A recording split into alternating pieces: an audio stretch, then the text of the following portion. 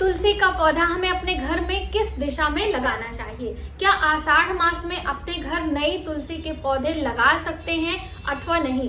मान लीजिए आपके तुलसी का पौधा बार बार सूख जा रहा है, तो ऐसी दशा में हमें कैसे तुलसी का पौधा लगाना है और उन सूखी हुई लकड़ियों का हमें क्या करना है?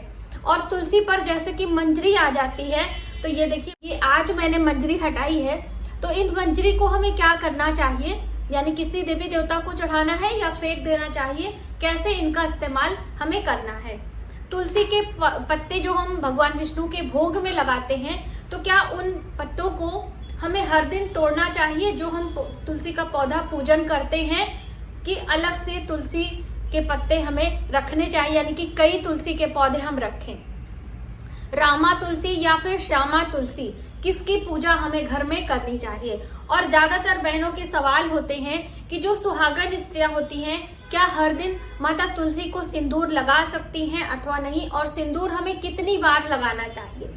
इस तरह के भी बहुत सारे सवाल आए हैं। तो उन सभी सवालों के जवाब के साथ में आज हम जानेंगे कि तुलसी पूजन हमें कैसे करना चाहिए नित्य प्रतिदिन। आषाढ़ का महीना हो, ज्येष्ठ का महीना हो, कोई भी सावन का महीना हो, कैसे हम तुलसी के पूजा करें, और रविवार के दिन तुलसी में जल और तुलसी का पूजन हमें करना है अथवा नहीं। तो चलिए देर ना करते हुए वीडियो की शुरुआत करते हैं। नमस्कार, वेलकम टू माय चैनल। मैं हूं मनीषा। दोस्तों, आप सभी अपने घर में तुलसी का पौधा अवश्य लगाएं। हमारे हिंदू सनातन धर्म में तुलसी का पौधा बहुत महत्व तो रखता ही है। तुलसी के पौधे से हमारे घर का वास्तु दोष दूर होता है। तुलसी के पौधे से हमारे घर में सकारात्मक ऊर्जा आती है। इसलिए आपको अपने घर में एक से अधिक, ऐसा नहीं कि सिर्फ एक ही पौधा लगाएं। बहुत सारे लोगों के यहाँ स्पेस नहीं होता है, तो कम से कम एक पौधा तो आपको लगाना ही चाहिए।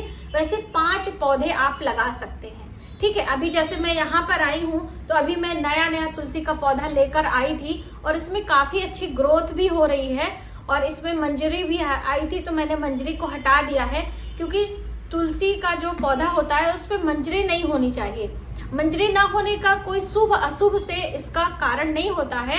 मंजरी रहने से क्या होता है कि सारी एनर्जी मंजरी ले लेती है, यानी बीज बनाने के लिए, और हमारी तुलसी सूख जाती है। इस वजह से समय समय पर आपको इसके मंजरी यानी फूल को हटा देना है।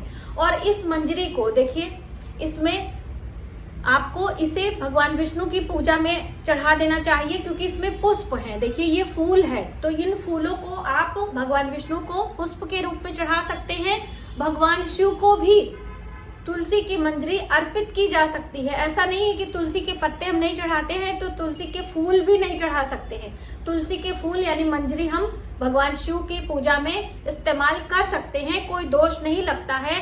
इसका विस्तार पूर्वक विवरण शिव पुराण में वर्णित है, ठीक है। तो इस पे कोई कंफ्यूजन या दोष नहीं है, आपको पहले ही मैं क्लियर कर दे रही हूँ। दूसरी अहम बात कि जो सुहागन स्त्रियां होती हैं, ज्यादातर बहनों के प्रश्न आते हैं कि दीदी हम हर दिन जो पूजा करते हैं, क्या हम माता तुलसी के पत्तों में, इनके तने में हम सिंदूर लगाएं या ना लगाएं?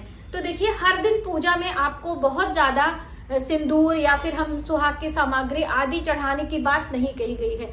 कुछ विशेष तीज त्योहार होते हैं, उसी पर हम माता तुलसी की परिक्रमा और श्रृंगार की सामग्री चढ़ाते हैं। सबसे ज्यादा होता है देव उठान एकादशी, जब माता तुलसी का विवाह भगवान विष्णु के शालिग्राम स्वरूप से होता है, तो उस दिन हमें श्रृंगार की सामग्री, चुंदरी, सभी सिंदूर आदि लगाना चाहिए और चढ़ाना भी चाहिए।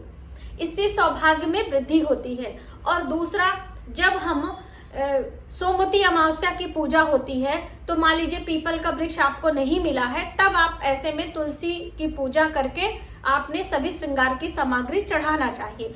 हर दिन की पूजा, जैसे कि हम बात करें, आषाढ़ का महीना शुरू होने वाला है और आषाढ़ का महीना भगवान विष्णु का होता है।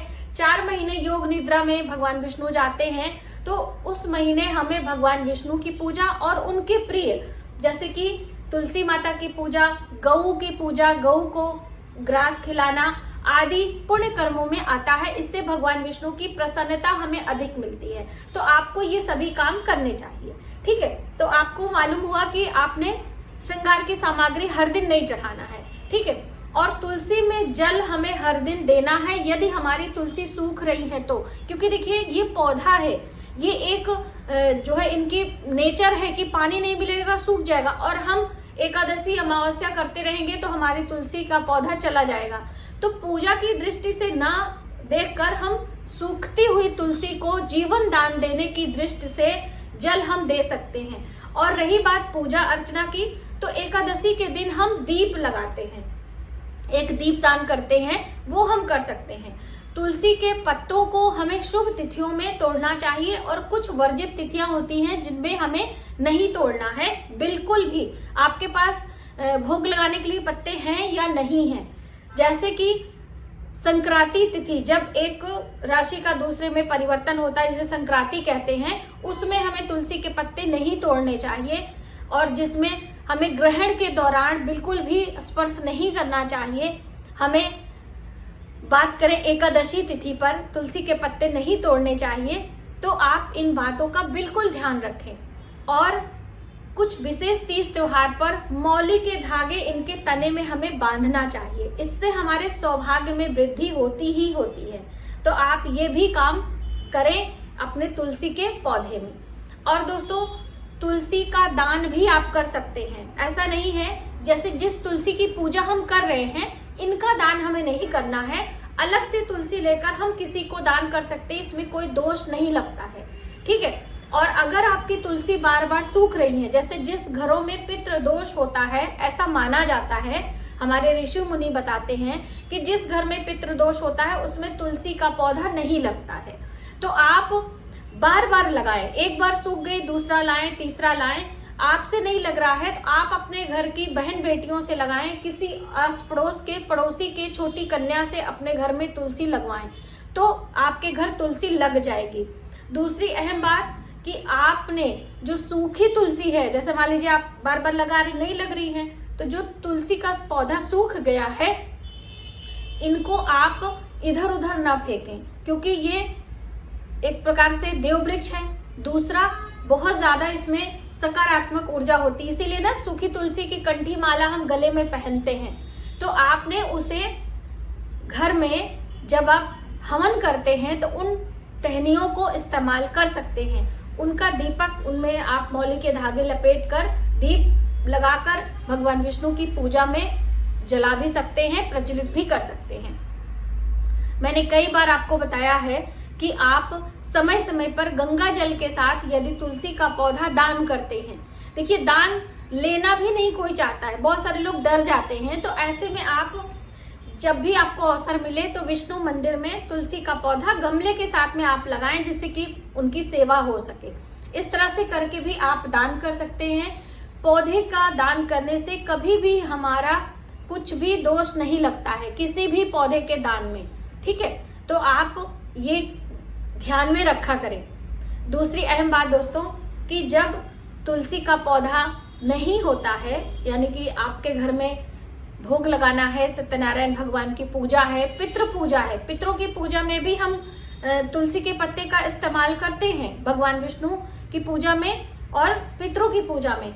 तो ऐसे में आप अपने घर की एक तुलसी लगी है, अब इनमें से पत्ते उतारने हैं, आपके पास अधिक तुलसी नहीं है और आप इन्हीं में हर दिन पूजा कर रहे हैं, जल डाल रहे हैं, तो हम कैसे करें? बहुत सारे लोगों को संशय हो जाता है।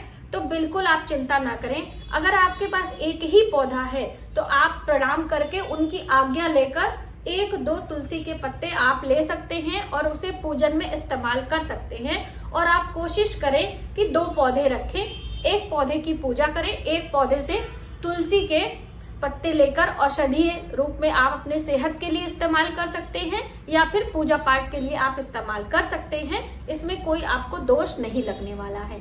और रामा तुलसी या फिर श्यामा तुलसी, कई तुलसी होती है ना, एक वन तुलसी भी होती है, तो आप सभी तुलसी अपने घर में लगा सकते हैं। रामा, श्यामा और वन तुलसी होती है, उनसे कीड़े मकोड़े मक्खी मच्छर नहीं आते हैं वन तुलसी, और उनकी खुशबू जो होती है बहुत अच्छी होती है। हमारे प्रयागराज वाले घर में तो हमने सभी लगा के रखा था, लेकिन अभी यहाँ पे उतनी व्यवस्था नहीं है तो हमने एक ही लाया है तो लगा रहे हैं। तो आप रामा श्यामा कोई भी अपने घर में तुलसी लगाएं। और कभी कभी यही जो रामा तुलसी, ये वाली हमारी रामा तुलसी है, तो यही इनका कलर चेंज होकर श्यामा में परिवर्तित हो जाती है स्वतः ही, कुछ भी करने की जरूरत नहीं होती है, ऐसा भी देखा गया है।